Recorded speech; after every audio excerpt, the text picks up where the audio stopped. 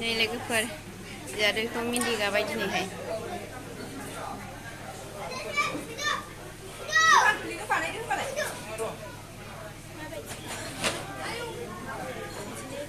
माबायदि नुखोलाय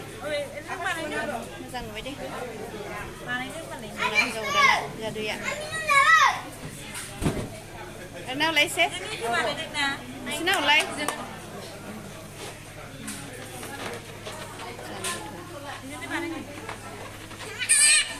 ayo abu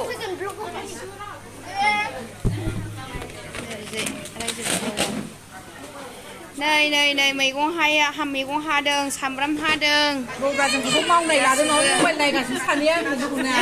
खाम सहराव गोलैगोन ना जों जालिफ्रा गाबोननि थाखाय एकदम थियारि खालामखाथारबाय नै गासिबो आरो दा सफैदों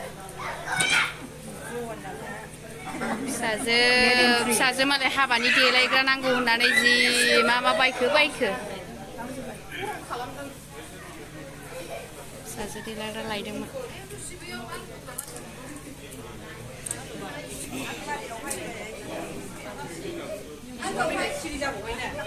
माथो जेबो रायलाय गैया गाबोन लांगोननि बेयो लोगोफोर गाबोन लांगोननि बेयो सफा सेट मोजां नुदोंना सफा सेट गाबोन लांगोननि बेयो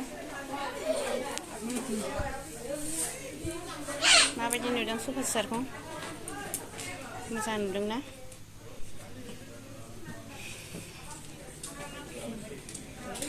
नै बिनि मादैखौ लांगोन गाबोन ना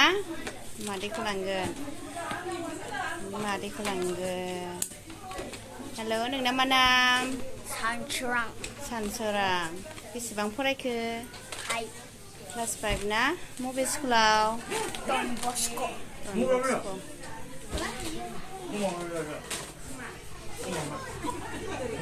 ओइ सोर थांगोन गाबोनलाय दोनलांना सोर थांगोन गासिबो थांजोबथारगोन ना बिमाफोर थाङाबालाय ना औ गासिबो बिमा दैजोब लोगोफोर बासावनो मोजां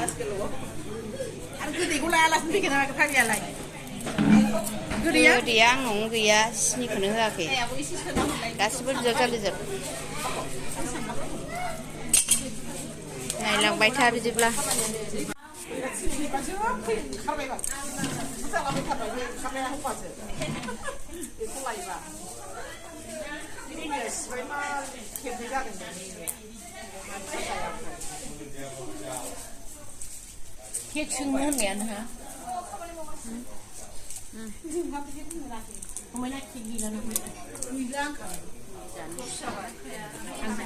माला हाबावनांगौहाय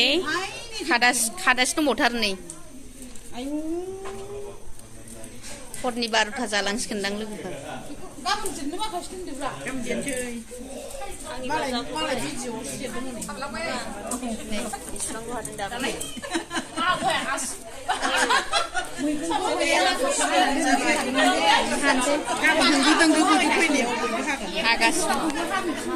हाबावनोसै औ र' आरो मैगं हाबावनांगौ दंबावोसो नै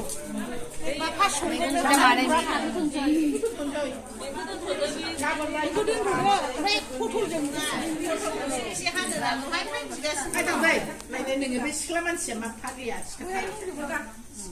बे बुरियानो जाला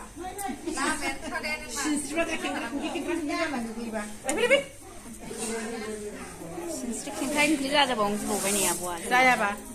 जाला बुरैबाय गोबाव जिरायथारबायना दावदैलाय बे खामानियाव थांबा आरो सानजायो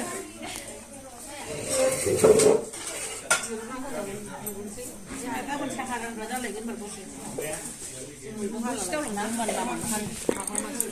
हालाय